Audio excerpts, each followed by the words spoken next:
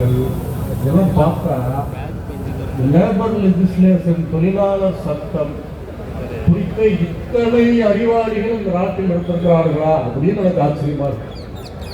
அவ்வளவு வந்துகிட்டே இருக்கு. ஊடக நண்பர்களுக்கான ஊடகவியலாளர் சட்டம் முன்னிட்டு கபலீகரம் செய்யப்பட்டதாக வந்திருக்கிறது. செய்தி வாசிப்பவருக்கே இப்ப அவங்களுடைய சம்பள கமிஷன் இருக்கா, அவார்டு இருக்கா தெரியாது. இல்ல சமூக பாதுகாப்புக்கான சட்டம் போச்சு, அதுக்கான டெஸ்ட் போச்சு. ஆனா அவர் நமக்கு அறிவுரை சொல்றாரு. அவருக்கு தெரியாது, அவர் முதலாளி சொல்றதை அவர் சொல்றாரு. அதனால நம்ம அவரை சொல்ல முடியாது. வந்திருக்கிற தோழர்கள் அவர்களும் தொழிலாளிகள் தான். அதை நம்ம அவர்களை சொல்ல முடியாது. அவர்களுடைய முதலாளிகள் அவர்களுக்கு சொல்லலாம். அப்படி போட்டிட்டு இருக்காங்க. ஆனா இதே இடத்துல ஒரு 50,000 பேர் உட்கார்ந்து மகாபாதை ஒரு 2 வட்டம் நடத்தணும். இதே சென்னையில் இருக்கிற பத்திரிகைகள்ல ஊடகங்கள்ல எல்லாம் ஒரு 3 பத்திரிகையில ஒரு அரை காலத்துக்கு ஒரு போட்டோ கீழே 2 வரியில செய்தி.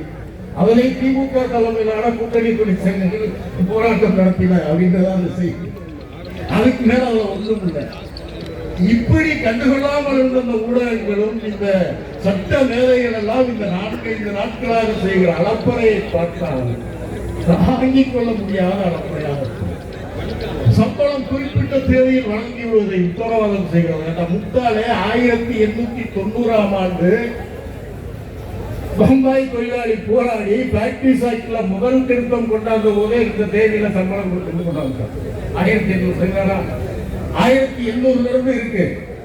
அது மாதிரி குறைந்தபட்ச ஊதியம் என்பது உங்களுக்கு உத்தரவாதம் செய்யப்பட்டிருக்கிறது. குறைந்தபட்ச ஊதியம் என்பதே 3 விதமான ஊதியம் தான் நம்முடைய சட்டத்தில் ஏற்றுக்கொள்ளப்பட்டது.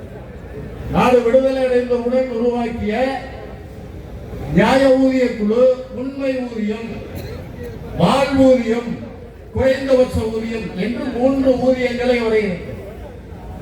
பண்டிட் ஜவஹர்லால் நேரு அவர்கள் பிரதமராக இருந்த போதே உண்மை ஊதியம் என்பதை இந்தியாவில் வழங்குவது சாத்தியமில்லை என்று சொன்னாரு. ஜவஹர்லால் நேருவே சாத்தியமில்லை சொன்னா மோடி எடுத்துருவாரு. அதை நோக்கி போவதற்கு இடமில்லை. இரண்டாவதாக இருக்கிற வாழ்வூதியம் என்பது தொழிலாளிகள் தொழிற்சங்கம் அமைத்து போராடி தங்களுடைய வேலையளிப்பவரோடு கூட்டு பேர சக்தியின் மூலமாக பெறுவது. மேடையில் தோழர் CHC இருக்கிறார், வங்கி ஊழியர் சங்கத்துடைய பொதுச் செயலாளர். வங்கி ஊழியர்களுக்கு ட்ரிபுனல் அமைக்கிறோம் என்று சொல்லும் போது அவர் சொன்னார், எங்களுக்கு ட்ரிபுனல் மேற்கொள்ளவில்லை, நாங்களும் எங்களுடைய வங்கி நிர்வாகமும் சரிசமமாக இருக்கிறோம், தொழிற்சங்கமும் நிர்வாகமும் சமபலத்தோடு இருக்கிறோம். ஆகவே எங்களுக்கு வேண்டியதை நான் பெற்றுக்கொள்ள முடியும். அதனால் அரசாங்கம் பஞ்சாயத்து பண்றதுக்கு தேர்ட் பார்ட்டிக்கு வர வேண்டாம் சொன்னார். பைபார்ட்டியல் செட்டில்மெண்ட் தொடர்ந்து போட்டு இருக்காங்க. நான் ஒன்னா கேட்டேன், 1920ஆம் ஆண்டு இந்தியாவில் தொழிற்சங்கம் அமைத்த போது, முதல் தொழிற்சங்கம் தொடங்கிய போது நம்முடைய முன்னோர்கள் சொன்னார்கள், உற்பத்தி செலவில் 10 விழுக்காடு தொழிலாளர்களுடைய ஊதியத்தை அடைவோம் என்று முழங்கினார். நான் இந்தியாவில் யாருமே வாங்கின மாதிரி தெரியலையே, பேங்க்ல வாங்கிட்டீங்களான்னு கேட்டேன். நாங்க 50% வாங்கிட்டோம். அப்ப இது எல்லாருக்கும் பொருந்துமா? அப்படியாப்பட்ட நிலைமையில வாழ்வூதியம் என்பது இன்றைக்கு பெற முடியாது என்கிற ஒரு நிலைக்கு தள்ளிவிட்டார். அடுத்து இருக்கிறது குறைந்தபட்ச ஊதியம். குறைந்தபட்ச ஊதியத்துக்கு 1957 ILC இருக்கிற ஜட்ஜ்மெண்ட் இருக்கு. நம்மளும் பேசிக்கிட்டே இருக்கோம். கோர்ட் இருக்கு, தீர்ப்பு இருக்கு, ஜீவோ இருக்கு, எல்லாம் இருக்கு. அது மாட்டுக்கு இருக்கு.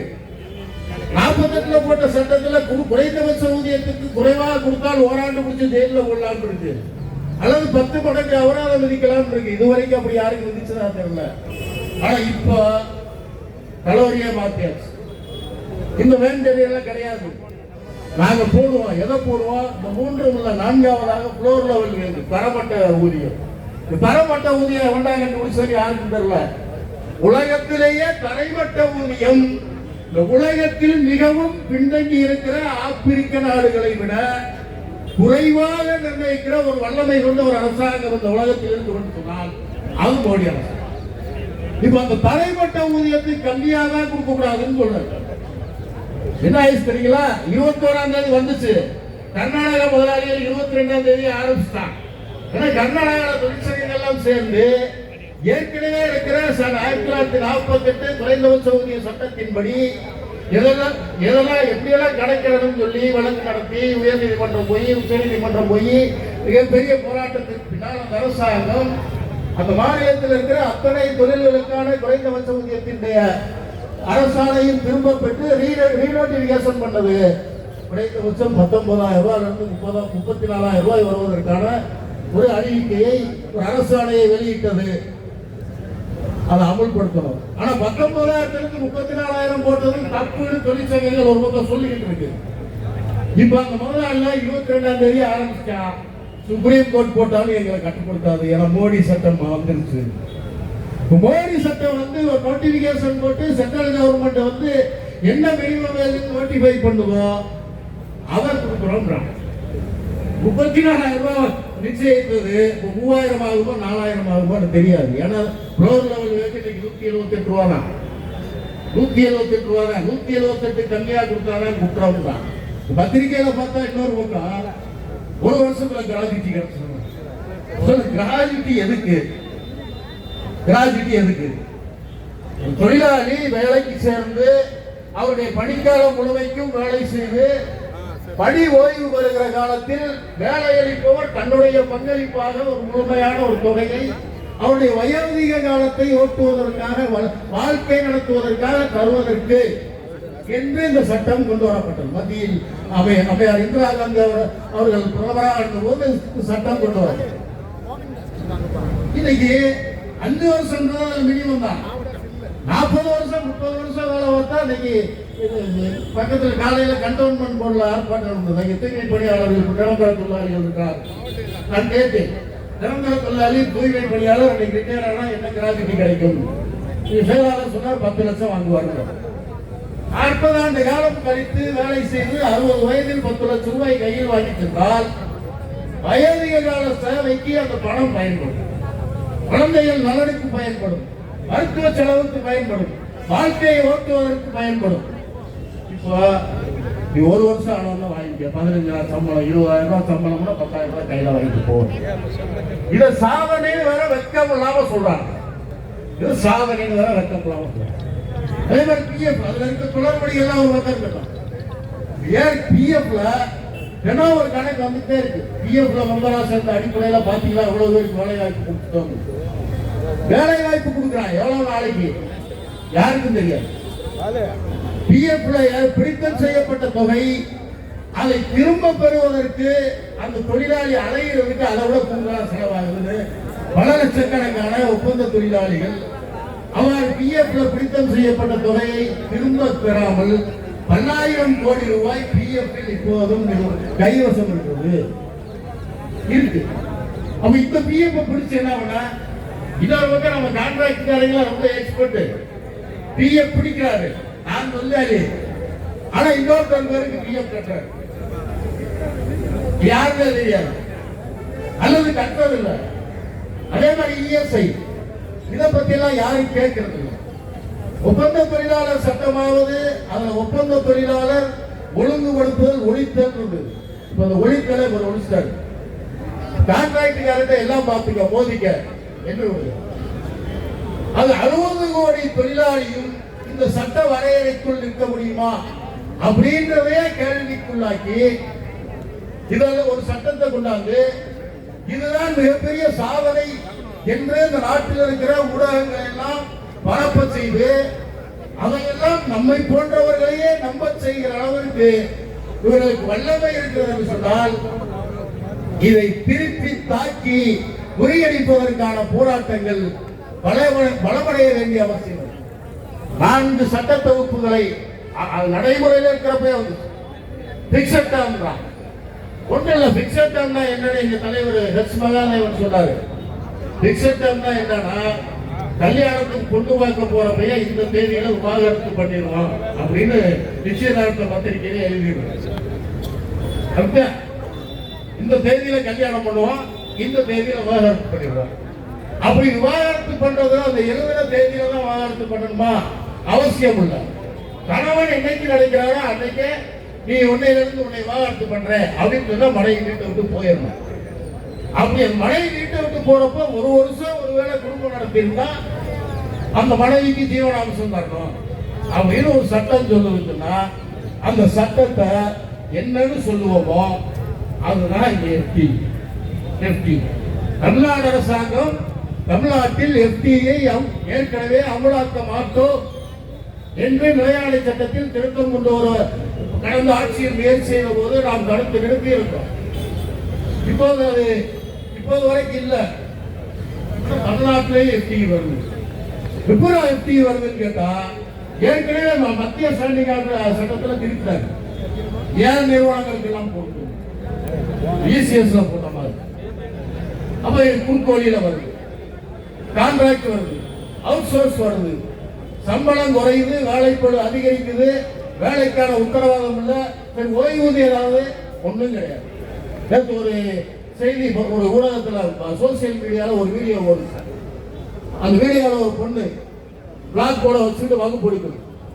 அந்த அம்மா அந்த பொண்ணு வந்து சொல்லுது ஓபிஎஸ், என்பிஎஸ், யூபிஎஸ் இது மூன்றுக்கும் என்ன வித்தியாசம் என்று விளக்க போகிறேன் அப்படின்னு அந்த பொண்ணு வழக்கு.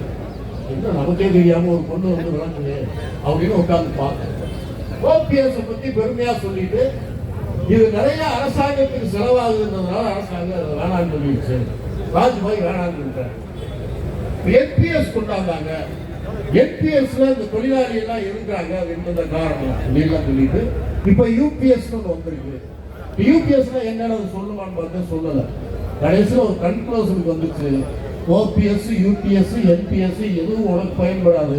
நான் ஒரு இன்சூரன்ஸ் கம்பெனி வச்சிருக்கேன், நீ மாசம் பிரிஞ்சிருக்க. இதுதான் இங்க வயோதிக கால வாழ்க்கைக்கு தேவைக்கானது. அவர் சமக வேலை செய்கிற காலத்தில் அப்பாயின்மெண்ட் ஆர்டர் கொடுத்துருவோம். அப்பாயின்மெண்ட் ஆர்டர் வச்சு என்ன பண்றது? அது எல்லாரும் இருக்கா? கிட்ட ஒர்க்கர்ஸ் இருக்கா? ஏன் ஸ்கீம் ஒர்க்கர்ஸ் சொல்றீங்க? நாடாளுமன்றத்தில் ஸ்கீம் ஒர்க்கர்ஸ் சம்பந்தமா கேள்வி எழுப்புற போது மத்திய அமைச்சர்கள் என்ன சொன்னார்கள்? அவங்க பொருளாடியே இல்லையா, அவங்க வந்து சுயமா சேவை செய்வதற்காக வந்திருக்கிற வாலண்டியர்ஸ், சுயமா சேவை செய்வதற்காக வந்திருக்கிற வாலண்டியர்ஸ், அவங்களை கௌரவப்படுத்துவதற்காக நாங்கள் கான்ட்ராக்ட் தர்றோம். அவங்க சம்பளம் வாங்குற தொழிலாளியா அவமானப்படுத்தாதீங்க சொல்லல. நீங்க இப்படி 10 கோடி பேர் இருக்காங்க. அதே மாதிரி கிட்ட ஒரு பேர் சொல்றாங்க. இவங்க நீ முதல் தொழிலாளின்னு ஏற்றுக்கொள்றீங்களா? ஃபேக்டரிஸ் ஆக்ட்ல 100ல இருந்து 300 அப்படின்னா என்ன? நான் பார்த்தேன் தொழிற்சாலைகள் அநேகமா 2 கோடி பேர் தான் இந்தியாவோட தொழிற்சாலைகள் வேலை செய்கிற தொழிலாளிகள் இருக்காங்க. 1.5 கோடி தொழிலாளிகள் இந்த சட்டத்தின் வரையறையிலிருந்து வெளியே கொண்டார். 60 கோடி தொழிலாளிக்கும் பொருந்தாது அப்படின்னு உள்ள எல்லாத்தையும் ஒரு சரத்தை வச்சுட்டு அங்கெங்க வச்சுட்டு சரி இதெல்லாம் யாரெல்லாம் என்சூர் பண்ணுவா அப்படின்னு கேட்டா மத்திய தொழிலாளர் அமைச்சர் ரொம்ப தெளிவா சொல்றாரு. சட்டம் எல்லாம் இருக்குங்க, எங்களுக்கு தொழிலாளர் நலனுக்காகவோ தொழிலாளர் நல சட்டங்களை அமலாக்குவதோ என்னுடைய துறையினுடைய வேலை இல்லை. அப்போ வேலை என்னன்னா நாங்க வந்து வேலை வாய்ப்பை உருவாக்க போகிறோம், எம்ப்ளாய்மெண்ட் ஸ்பெஷலிஸ்ட் பண்ண போறோம். அப்ப அவருடைய வேலையை அவர் செய்ய மாட்டார். அப்படின்னா யார் செய்வா? தண்டனை அளிப்பதற்குரிய சட்டப்பிரிவுகள் எல்லாம் எழுந்த போதே மீறினார்களே, அலும்பு செய்தார்களே. இப்போது எதுவும் இல்லை, நீ என்ன பண்ணிக்கன்னு சொன்னா எவனை கட்டுப்படுத்துறது? அப்படியான ஒன்றை கொண்டு வந்து விட்டு பெருமை என்று பேசுவதற்கு பேசுகிற யாருக்கும் கொஞ்சமும் யோக்கியம் இல்லை. ஒருவேளை அவர் இந்த சட்டத்தை பெருமை என்று பேசுவார்கள் என்று சொன்னால் அவர்கள் மனநோயாளியாகத்தான் இருக்க வேண்டும் என்கிற நிலையில் தான் நாம் எதிர்கொள்ள வேண்டியிருக்கிறது. ஆகவே போராடுவோம், வெல்லுவோம். வெற்றி பெறப்போவது நிச்சயமாக தொழிலாளிகள் தான், விவசாயிகள் தான், உழைக்கிற மக்கள் தான் என்பதை சொல்லி வாய்ப்புக்கு நன்றி கூறி முடிக்கின்றேன். மாபெரும் தலைவர் நமது அன்புக்குரிய சௌந்தரராஜன் அவர்கள் உரை நிகழ்த்துவார்கள்.